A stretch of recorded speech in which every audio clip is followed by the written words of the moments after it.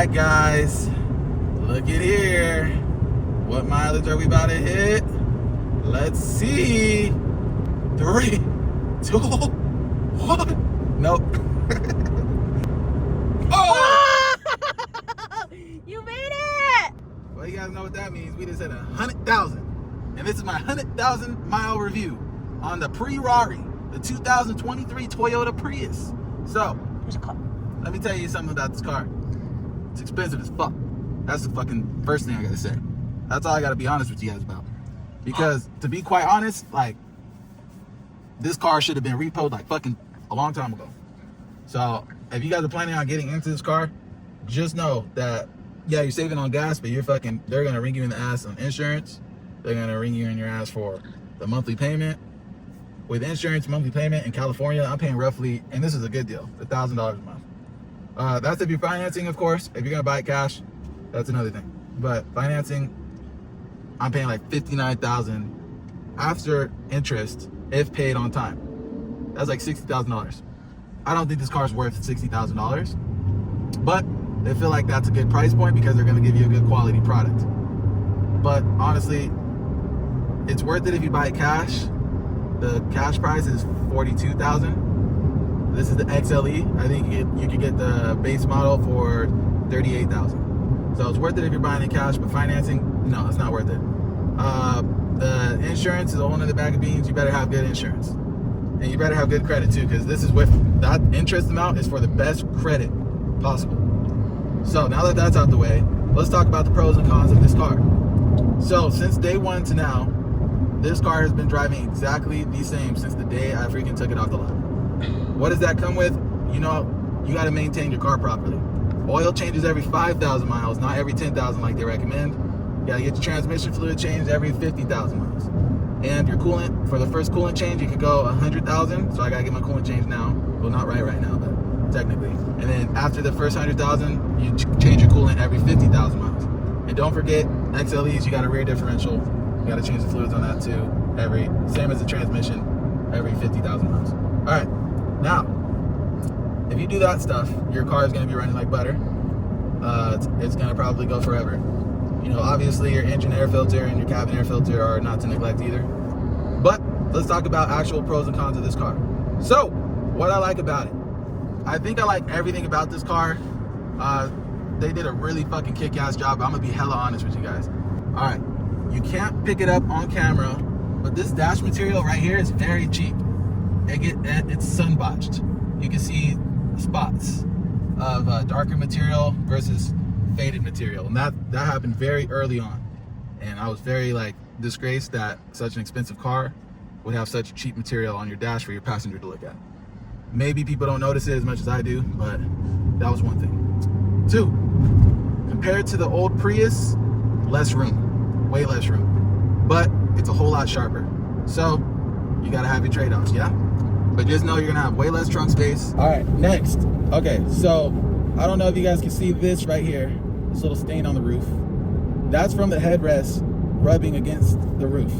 So if you have a short person that drives your car periodically and they raise the seat up and then they slide it back, they're gonna damage your roof. And that happened very early on, and that's why I feel like less room. That's why I had to mention that.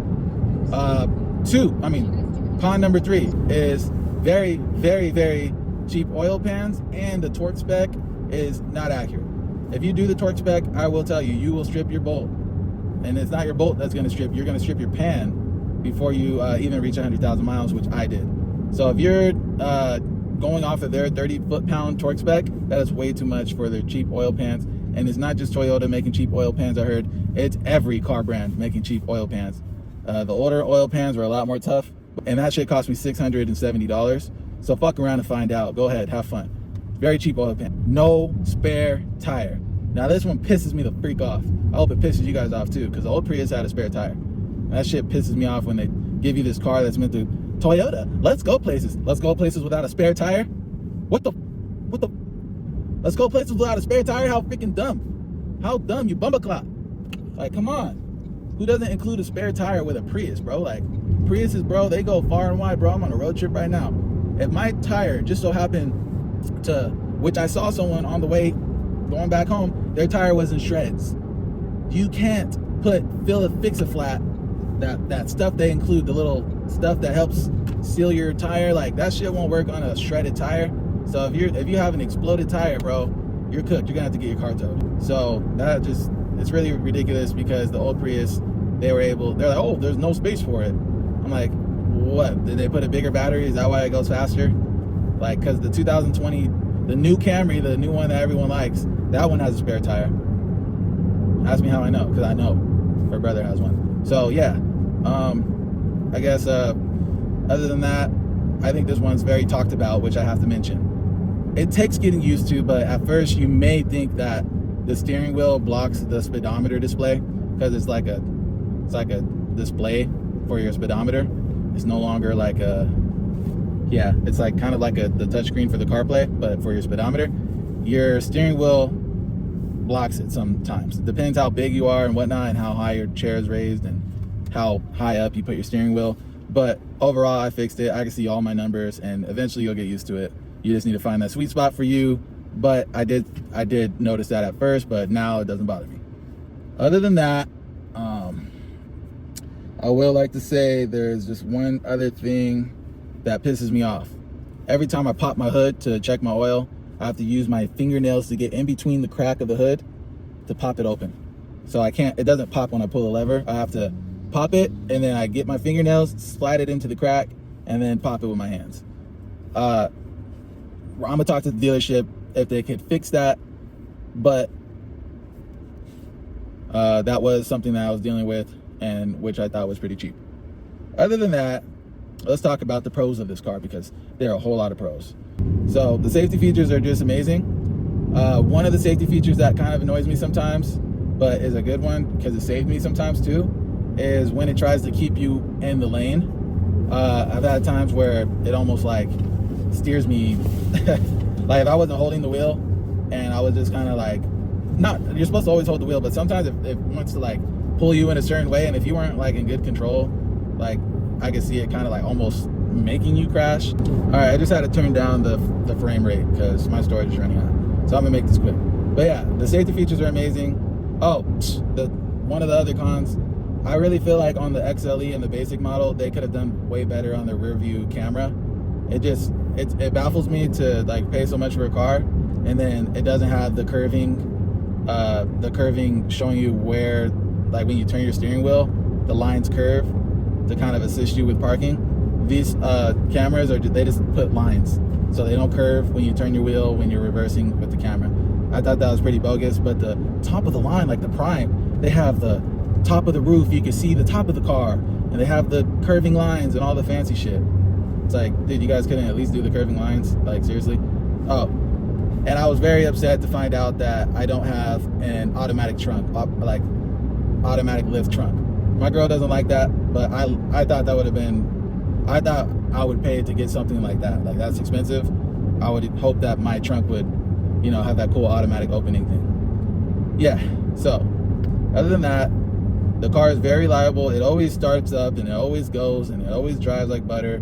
And I haven't had any large hiccups. As long as you're doing your proper maintenance, your car is going to come with a maintenance log, and it says severe conditions. So under severe driving conditions, then do this. Then it recommends for basic driving conditions, and it recommends for severe driving conditions. Always do the severe driving conditions maintenance, because guess what? Majority of Americans drive severe, whether they know it or not. So other than that, if you follow that, the car's gonna overall drive like butter. It has a very sharp look to it. I get so many compliments. Oh fuck, we almost forgot the biggest con, guys. This is like me talking shit, but me at the same time saying it's a fucking good, reliable car. But basically, this car came with some, I'm talking about the XLE model. I don't know about the base LE models and stuff, but the XLE with the leather and all that fancy stuff, they came with some really nice wheels, right? And I was like not trying to change them out, but what made me change my wheels out was the fact that, why does my thing keep wanting to die? But the reason why I wanted to change it out was because I brought my tires to get changed, and they said $1,000 for my tires because they're such a thin, like they're so thin and wide at the same time. So I changed my wheels out because you can't find, it's such an odd size that it's going to be a very rare occasion if you did find used tires. Just in case you're ever in a pinch, you're never going to be able to find that for like, you know, a used tire, you know, usually costs about $50 to $60. You're never going to find these tires for that price. Even if you do find them used, they're going to charge you more. And yeah, it's just a very odd size. And it's like, I bought a Prius for a reason. I'm not trying to do all that expensive stuff. But yeah, it's ridiculous though, because yeah, ridiculous. So now I pay half of that for new tires. And I recommend, if you do got those stupid wheels, to change those things out. But yeah, other than that, you guys, the miles per gallon is awesome. The power, I don't ever need to drive this car in anything other than eco. Eco tends to get me fast enough to freaking deal with most road conditions, and you should trust me on that, because I live in San Diego where people drive like bats out of hell. This car performs very well in the heat. I used to live in Arizona, and it performs great in San Diego. Probably, yeah, doesn't perform any different than from Arizona to San Diego. I love the paint job. I'm sure you guys seen the sparkle and if you got up close. One thing I do want to mention is, if you get the base model, you're not going to get the sick, sharp daytime running lights, which I'm so glad that I didn't get the base model, because that's one of my favorite features. They do turn on when you use your regular headlights, but they don't have the daytime running lights. Yeah, those are my favorite part, is the daytime running lights. And then the tail light as well on the base model doesn't go straight across like the Cybertruck or the new Model Y. It doesn't have that beam on the base models as well. So just keep that in mind if you're shopping around. Yeah, car space in the back for passengers, barely any clearance if you're tall. This car has good air conditioner. Air conditioner kicks ass. I love the interior. The interior they went above and beyond for a Prius. I don't mean to keep saying but yeah. The only other issue mechanically that I had with this car was, I think, operating error. I think it was, I only had, oh yeah, my battery, my 12 volt battery. I was running the AC with the car in park, like the car was on, but I had it running for a super long time without driving it. And if you don't drive your car, the alternator won't charge the 12 volt. So yeah, you got to make sure to drive, or else your 12 volt will get depleted. So that was operating error. I thought as long as your car is on, you're good. One thing I wanted to add on, guys, is the maintenance is rather easy on this car if you know how to work on cars, especially if you know how to work on older, like not older Priuses, but the more recent ones. Like if you know how to work on those, it's pretty similar. And when I was telling you guys about the LE versus the XLE, the LE is the base, the XLE is going to be the more bells and whistles. The only thing that sucks about you get the nice looking the nice looking daytime running lights and the nice tail light when it turns nighttime. You are going to have way less miles per gallon. I feel like it's like almost 10 miles per gallon less. It's like 8 miles per gallon less than the base model. So if you're willing to trade that off, that's another thing. And I'm pretty sure you're going to get cheaper tires because they don't have the nice wheels on it. So I'm pretty sure you're going to get cheaper tires. I can't tell you for sure if you're going to get cheaper tires, but I'm pretty sure you're going to get cheaper tires and better miles per gallon. And like I said, the maintenance on here is fairly simple. I've done a number of things. I've done my transmission fluid, which I thought was going to be harder than it was, which is actually, if you do your research, it's actually pretty easy as long as you're able to get all 4 wheels off the ground, which that was the hard part. Does have a pretty trash jack point if you're trying to do the front jack point only, like under the front, like that side of the car, like if you're trying to lift both wheels at one time. I don't know how they expect you to get a jack under there. But other than that, yeah, fairly simple stuff. Like I could do majority of the things on this car, but it's more of a matter of I don't want to, because some things are tricky. So I know my limits. As long as you know your limits too, I'm sure you could get it done, but just know your limits. Don't try to tackle something that you aren't comfortable with. But yeah, other than that, I did have to mention those miles per gallon difference. Heater works great. All the good stuff. I know you guys know the AC works good, but yeah, the speakers on this car are mid. I know the Prime has a JBL sound system, so I have not heard the Prime sound system yet, but I'm sure I love JBL speakers, so I'm sure it's worth the difference. If you're really into sound, then I'd probably go with the Prime. And another cool thing about the Prime, I don't know if it's all-wheel drive. If you guys know if the Prime is all-wheel drive, let me know. But I do know that the Prime has a plug-in feature where you could get 40 miles. That's a lot. 40 miles on just electric only. And then after you're done with those 40 miles, cuts right back into the hybrid where you're working with gasoline. And speaking of the brake system, because that's how the battery gets recharged. Thank God I brought this up, because the brakes, bro, I don't have to change my brake pads ever, which is a freaking W, because I'm 100,000 miles in and the brakes do not need to be replaced anytime soon. I went to the dealership the other day at around 80, 85,000, and they said the brakes are in good shape, nowhere close to done, but I still got a quote on it. They do charge an awful lot to work on it, but that's any dealer. I like working with the dealer because if they do change parts, they're gonna put OEM. And plus, these Toyotas love their own fluids. That keep your all OEM fluids. I don't give a hell. The only fluid that you don't need to go OEM with is your oil. But always use OEM antifreeze, OEM transmission fluid, OEM differential, which is the same as the transmission fluid. Don't go anything else. That's the only reason that I like bringing my car to the dealers, because they use OEM parts and OEM fluids. So keep that in mind. So you guys, I forgot something very crucial, which is part of a con. And you're welcome for adding more to this video. I don't care what you guys are talking about, if you think I'm going too long or not. But these are all things you should know. This is my 100,000 mile review. Can I vent? Can I vent? But anyways, anyhow. Oh, I don't like how they don't include cat shields with the new cars when they knew they were targeted so badly.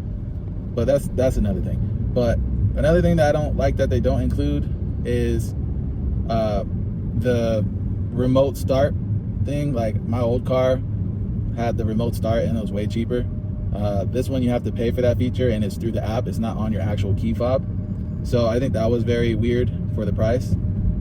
Another thing too is the fact that CarPlay wasn't included, like for my navigation to go on the big screen. But I found out a hack for you guys, and if you stayed this far, I guess you get the benefit of this hack. You could start paying for the CarPlay, cancel your subscription, and it never went away from me. It literally stayed. Like, I haven't paid CarPlay. I haven't paid for the subscription since I bought the car for CarPlay, and I never had to pay for it, and it just continuously still works. So must be a glitch. Hopefully they don't patch it, but you know, if it does, hopefully I was able to save y'all some money for the meantime. Other than that, I really feel like those things should be included for the price.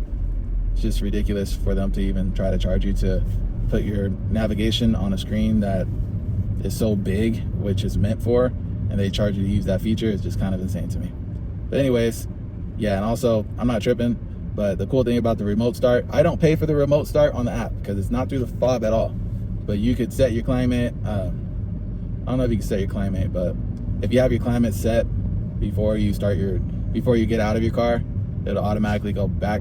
When you remote start it, it'll say you get out of your car and your AC is on full blast and it's all the way cold, and you turn off your car. When you use that remote start, it's gonna go back to those settings, and it's gonna cool your car down or heat your car up accordingly to however you turned your car off at.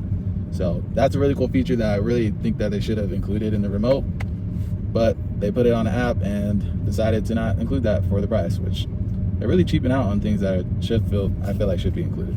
Oh, it's a pleasure to drive around too. No, it's perfect height. People ask me if it's lowered. It's not lowered, but it's like perfectly. I love the stance of this car. I don't scratch a lot. Like, I live in San Diego, king of the potholes and king of the dips. And honestly, the height is so perfect, because I had another car, the 2014 Dodge Dart. I used to scratch all the time, and that was stock too. So I don't scratch much on this car, on dips. So I love the height of this car. Got to clean that hybrid battery air filter. The hybrid battery filter is under the seat in the back on the left side, like right there. You gotta clean that filter like every 10,000 miles. You must if you want a long-lasting battery. I passed 100,000 miles, so my battery is no longer in warranty. So it's up to you to make sure that stays clean, so your hybrid battery lasts a very long time. These seats are pretty comfortable in the front. I like them. Never really had too much back pain with them, especially with the seat warmers. I do like the new shift knob. If you have an animal and they like to jump across, they may press some buttons, but you know, they can't press park if it's going over 5 miles per hour. So just so you know. I also think that the adaptive cruise control is that was something I wasn't expecting. It's super big. I use it all the time for long road trips. Kind of just steers for me, keeps me in my lane, helps keep me in my lane. It's not meant to autopilot like the Teslas, does require you to sort of keep your hand on the wheel. And if it doesn't feel any type of, you kind of touching the wheel. And yeah, that is like probably one of my favorite features. It really helps with long road trips. And also, I would like to say that, at least for California gas pumps, the fancy ones that have the seal so fumes don't escape, they don't work very well with this gas tank. I don't know why. Sometimes it's really annoying to get it to stay put. You know how it requires you to push it in and then kind of down, and then you could lock the lever. I have a lot of problems at a lot of gas stations trying to get that thing to, pump itself until it's full, but you figure it out. But yeah, I like a lot of things about the car. I don't get very many chips in the windshield because of how slanted it is. That's pretty freaking awesome. I only had one chip. I already told you guys that the brakes last forever. And I haven't had any issue. Oh, and the brakes last forever due to, it's called regenerative braking. Services are, I already mentioned that they're pretty easy. I do my oil change all the time. Super freaking easy, especially if you have ramps. Super easy. Just has a little cutout so you don't have to take out the whole skid plate. Just a little cutout, 4 10 mil bolts, and you're there. And yeah, spark plugs look super easy to change too. I would never pay someone to do my spark plugs and coils. Yeah, the suspension, I haven't had any type of issues. I know that you could be changing your suspension on some cars within 60,000 miles. Some of your suspension components, not like everything, but I know struts typically last like 60,000. I don't need struts. It's amazing, dude. This car has great quality parts. I don't need anything to do with my suspension. Alignment is still on fleek after all this time. Man, I just really can't ask for a better car. Other than that, Bluetooth is freaking awesome. I like every time I talk to someone on the phone in my car, people can hear me clearly. I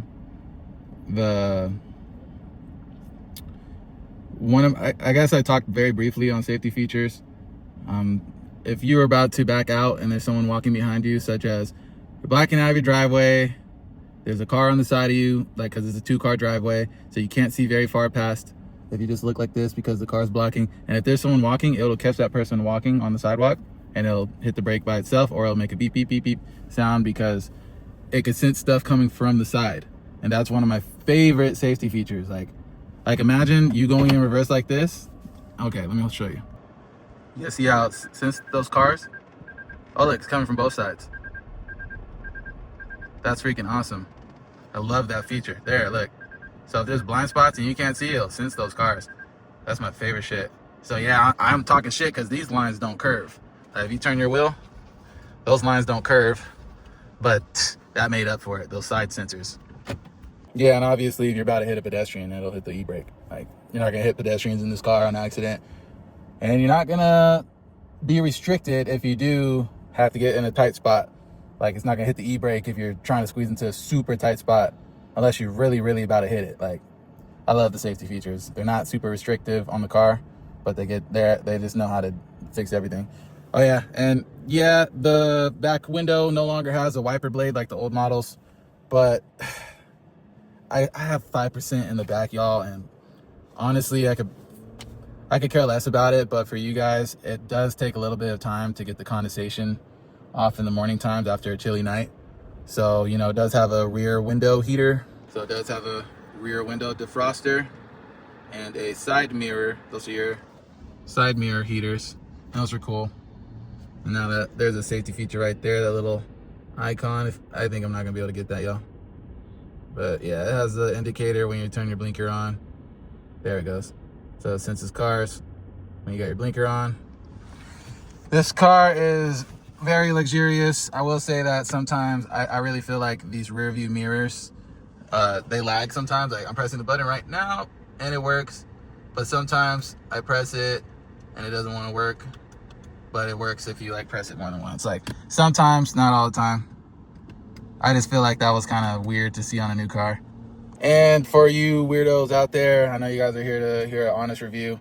I get some type of rattling sensation that kind of comes from this area. I drove myself nuts trying to figure out where it's coming from. I've emptied out my glove box and it just doesn't, I don't know where it's coming from. But I looked it up, and other users are saying that they're experiencing the same noise of some type of rattling, but it only happens every once in a while. I think it really depends on the road you're driving on, but every blue moon out here, it doesn't bother me as much, but some people really care about stuff like wind noise and little tiny noises when they drive. If that's you, this car does experience a little bit of wind noise as well. So if you want something more luxury where it doesn't do that, go Lexus or maybe Camry. Maybe, I can't tell you for sure. But final critique: this stuff reflects sun in my eye all the time. This reflects sun, and then this reflects sun as well. Not my critique, but my girlfriend who drives the car sometimes, she does complain about my car having a good amount of blind spots, as far as looking over your shoulder and whatnot. I got this big thing here. You know, me, I think it's more because I have 5% window tint. If anything, the blind spots for me would be more like it has a really slanted windshield, so you can't really see the front of your car very much, like the hood and stuff. So like there's a couple times where I had to really go like this to make sure that I wasn't, so I could see over the hump or whatever. I don't really know how to explain it, but that's the only type of thing that I've noticed. But yeah, other than that, I also feel like this car could have came with a dash cam that came with the car, like the Teslas do. They record everything, and it comes with the car. The rear seats do not have AC vents. The only type of whatever would be the feet ones. Like there's little vents underneath the driver and passenger seat, but no actual vent like on the back of this little middle console that they could play with and shut off or aim or anything. That's kind of something I was hoping they would have in the newer Priuses, but the old Prius didn't have that either. So yeah, just keep that in mind. It could get a little hot back there, especially if you live in hotter areas. You should probably consider, if you have kids and stuff and people driving the back seats a lot more. Not only did I tell you that it's pretty tight back there for people, it's not super small. I've been in smaller cars for sure, but it also doesn't have any vents for them back there, so it could get pretty hot back there, especially if you got a full car. So oftentimes I find myself freezing up in the front because I got to turn my AC vents all the way up, and it's blowing on me super cold, but not on them cold enough. So keep that in mind. If you want more comfort in the back and stronger AC, like for also your passengers in the back, if you don't drive passengers a lot and you don't care, then go ahead and get the Prius. But if you want to drive passengers a lot, go with the Camry for sure. Speaking of dash cams and stuff, this car can take a hit and it does not crumble. Someone smacked me in the back, his license plate folded. My car had a micro crack in the bumper. So when I say micro crack, you could barely even notice that there was a crack there. Didn't have a dent or nothing. Took it like a champ, y'all. So crash test approved. Someone hit me in my front bumper, kind of messed up a little bit more, but you know, no dents, none of that. Someone backed into my wheel pretty hard. I caught that one because I was driving and she just kept backing up. No dent, nothing. I let her go. So like, oh, guys, this is crash test approved too. They be taking hits and they don't be getting all crumbly. Working on these cars are easy. Working on these cars are easy. Once again, I'm gonna say it again. Working on your car is easy. I changed my cabin filter, my engine air filter with a breeze, no added complicity. I changed my wiper blade inserts by myself. A lot of stuff. Oh my God, did I not mention this earlier, y'all? Y'all better clean your hybrid battery freaking filter, dude. I do that all the time myself too. Just need a flathead to pop it off. You get a compressed air thing. Hopefully you have Superstar Car Wash and they have air compressed guns. I just compress the filter off, and then, dude, that's so important for the longevity of your hybrid filter. I probably already said this, but shit, go down on it. Oh, pause. I'm just emphasizing how important it is to keep your hybrid battery filter clean. And those are all things that I do on my car by myself. I know that I said that there's no automatic opening trunk. That's one thing, but I'm also pissed because you can't open the trunk from the inside. You got to get out the car and then open it from the outside. Really annoying, especially when I did Uber a lot, and you know, I wanted to like pop the trunk for people and have them put their own shit in there. But oftentimes I'm like getting out, opening the trunk for them from the outside only.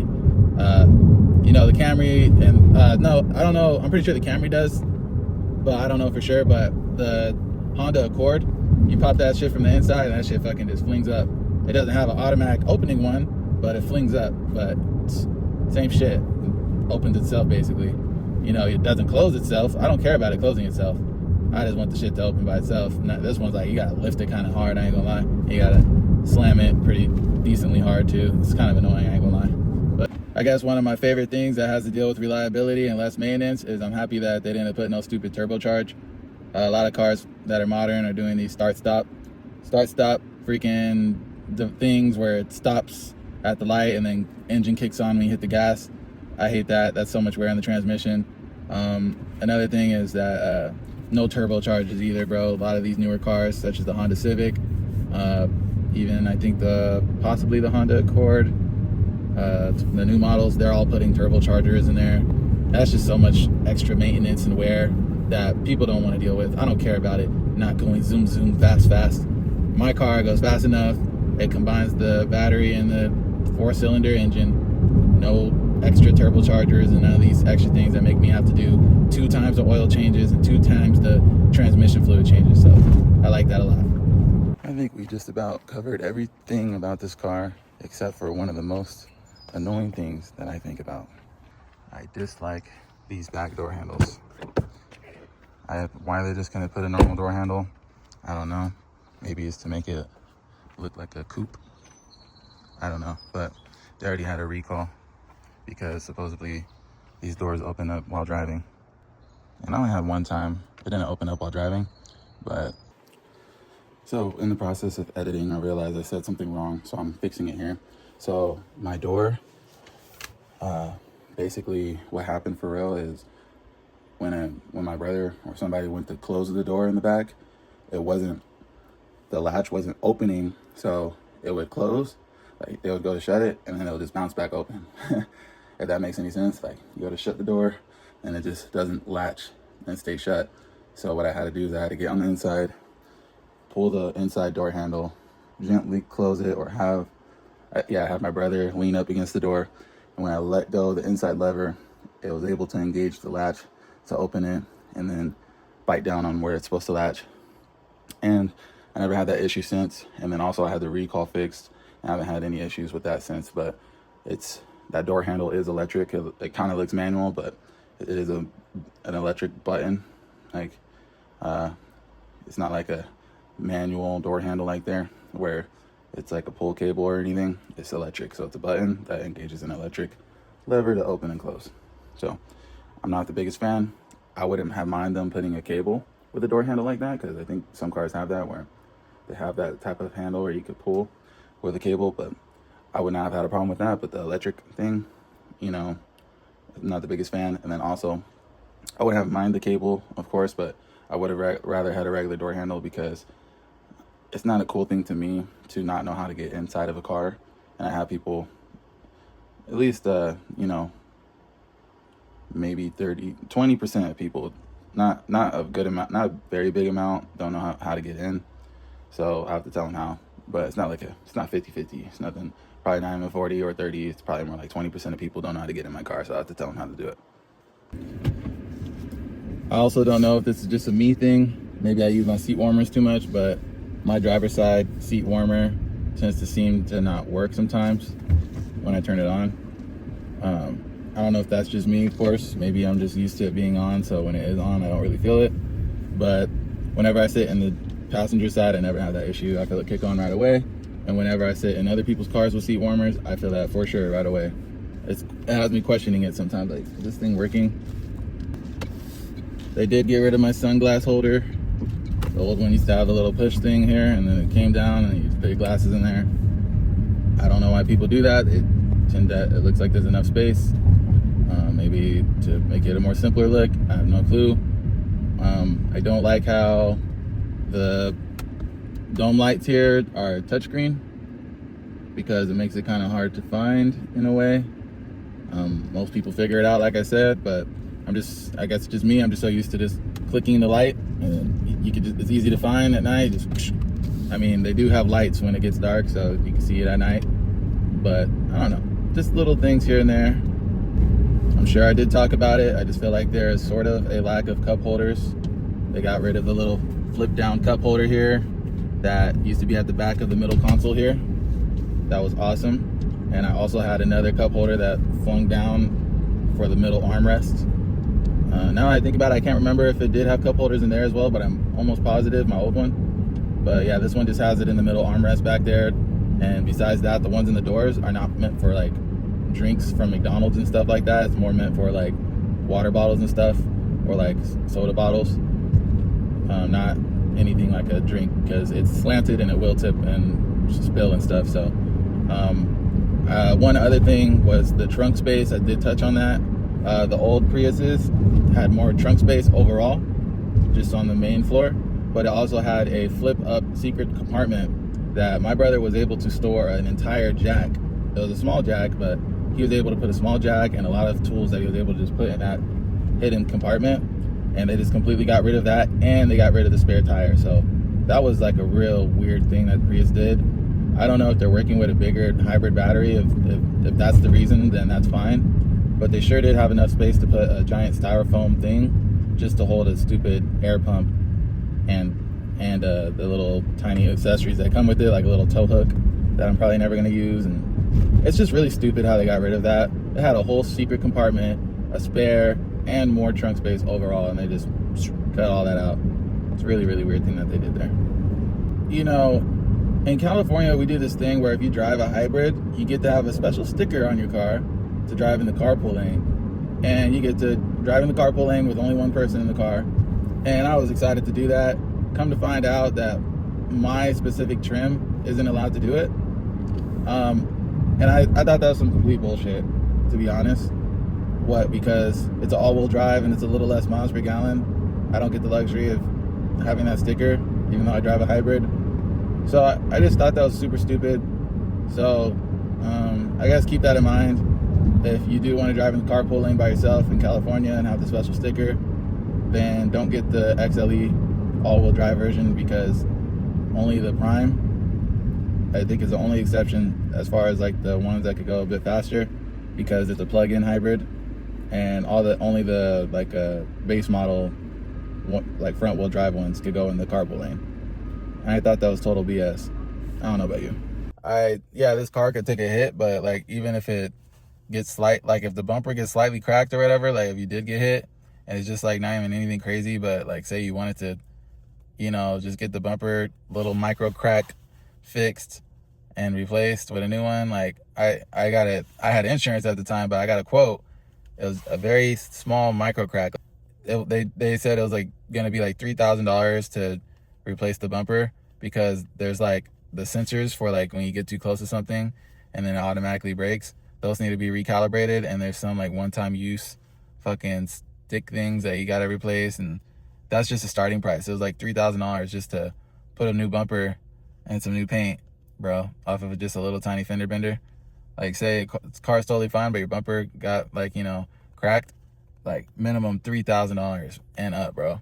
That's the only thing, bro. And then my fucking headlight LED blinker just went out on me. Let me show you. Like, I know there's a reason why this video had me procrastinating. Got these fancy blinkers, right? LED. This one's out. So I'm gonna get a quote tomorrow and let you guys know how much that would cost, because there's no bulb you can replace. It's literally LED. So I'm gonna have to just replace the whole headlight assembly.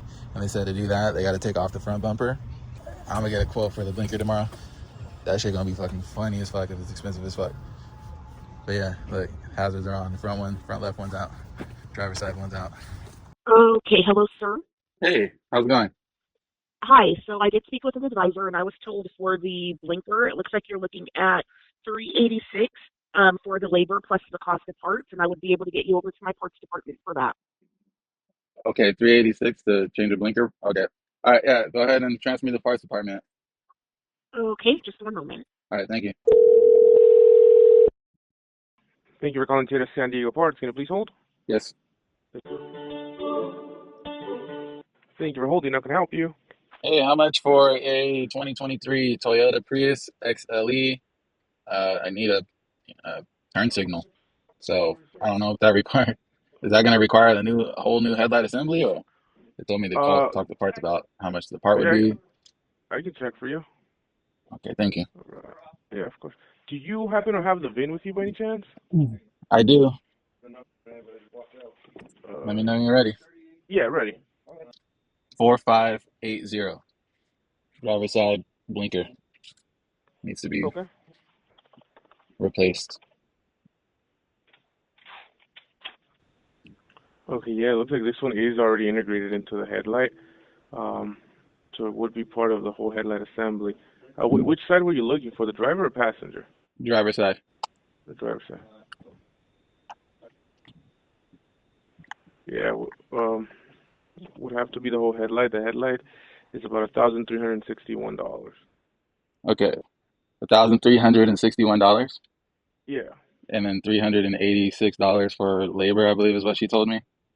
So Yeah. I mean, if that's what they told you, yeah. So it'll be about 1,700 roughly. to fix a turn signal. Yeah. That is the most ridiculous thing I've ever heard in my life. No wonder people don't like new cars. Okay. Mm. All right. Thank you so All much, right. sir. I Of course. appreciate it. Yeah. Thank you. It's not your Of fault, course. of course. All right. Thank you. Have a good Bye one. now. I hate this car all of a sudden. Yeah, I really wouldn't recommend it. Just to change a blinker wouldn't be a bad thing, you know.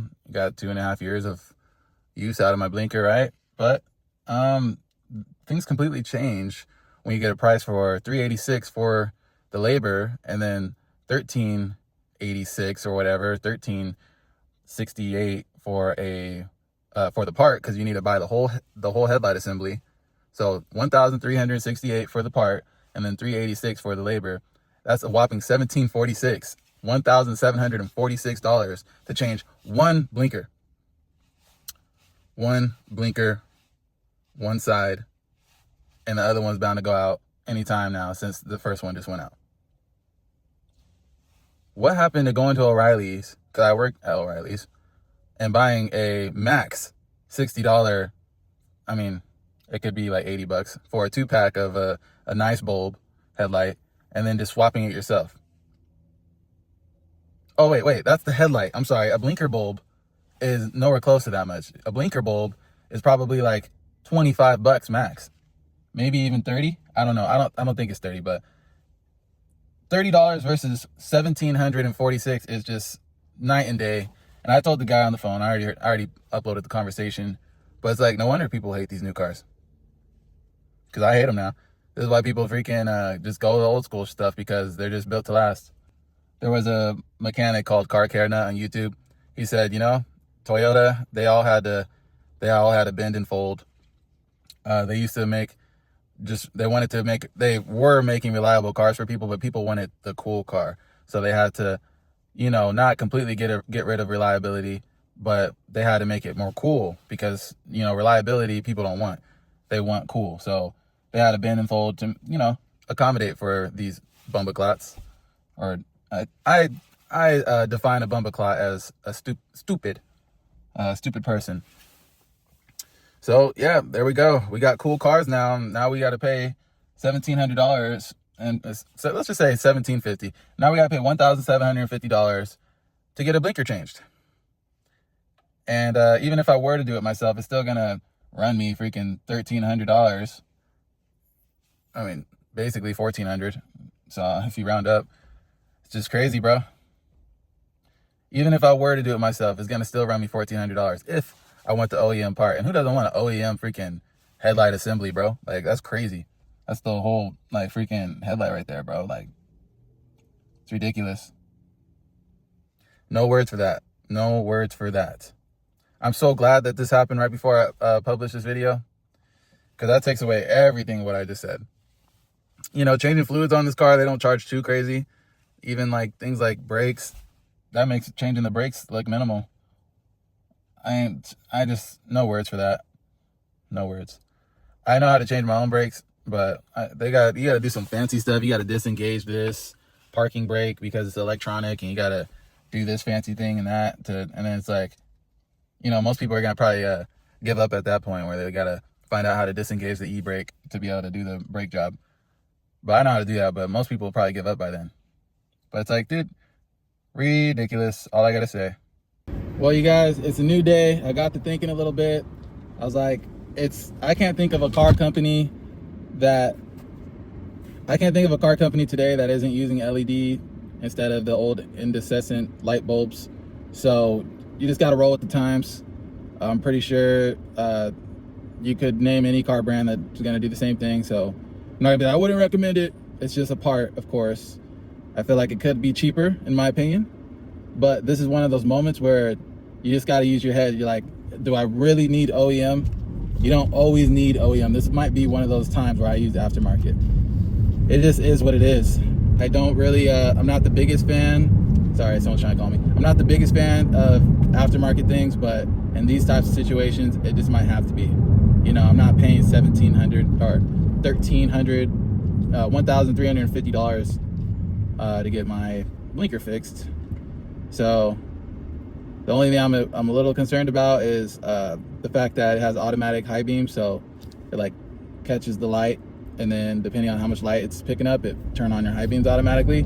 That's the only thing I'm concerned about with the aftermarket one. Fingers crossed, does great. But yeah, other than that, I mean, I guess if you look at the aftermarket, I haven't really done much exploring, but I'm almost sure it's going to be a lot cheaper. So yeah, I mean, I wouldn't recommend this car over that. I mean, like I said, there's a few other things, but overall, it's a lovely, cool looking car. People want cool these days. They don't want very reliable and cheap, easy to fix. That's just a thing of the past. And, you know, quite honestly, if you are looking for something reliable and cheap and easy to fix, I heard the old 2000s Toyota Camrys are good picks and stuff, but there are going to be probably a few big fixes that you're going to have to do. So yeah, was able to find a few things on the pricing for those. One is eBay, one's Walmart. Those ones are X'd out. I'm not doing those, but I was able to get a discounted rate from a company that O'Reilly works with. I think they said something around that 700, 720 ballpark. And luckily there was one video on YouTube on how to replace a headlight assembly on my car because it's so new. So thanks to that guy, I could knock it out for 720, and life's good. Not too bad. I like how compact this car is. It can fit in compact parking spots. And also, if you're into, like, you know, outdoors and nature, and you're gonna have to drive your car on some trails sometimes to get to where you're trying to get, this car handles exceptionally well when it comes to like driving on dirt roads. May not be best for, you know, extreme off-road, but it is good for like driving on dirt roads. As long as you don't go too fast, you shouldn't have any problems there either. All right, and my final pro of this car is the AI camera, where it picks up road signs as you're driving. The speed limit, I assure you, throughout the life of this car, I'm gonna get probably 2 to 3 times less speeding tickets, just because it will throw up the speed just in case there's a random speed limit sign somewhere that I missed.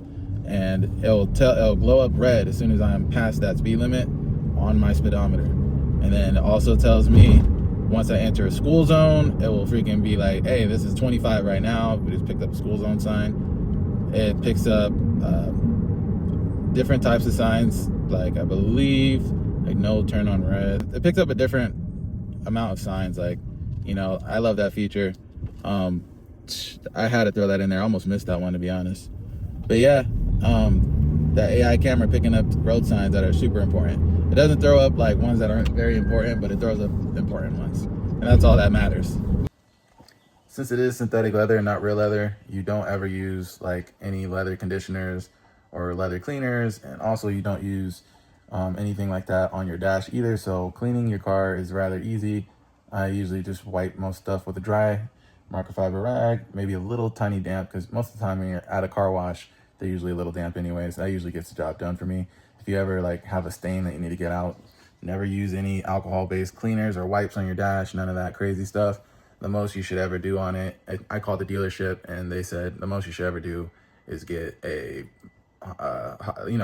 damp hot rag. If you want to put hot water on it, you can, and then mild dish soap, like very small amount of dish soap, and just hit the stain you're trying to get out, and don't go everywhere with it. So that's what you use to clean, and it's really cheap. I have a product here that I can recommend if you did want to get something for your, you know, synthetic leather to think you're doing something. But let me show you this real quick. And the product is called McKee's 37 Vegan Leather Cleaner, and they also have the Vegan Leather conditioner sealant. So it's McKee with MCKEE''S37 vegan leather cleaner and conditioner. That's the most product you should ever put on your seats. I'm not talking about your dash, I'm talking about your seats. So there you go.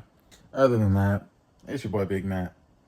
I hope you guys liked this video. If you did, smash that like button and comment, share, subscribe.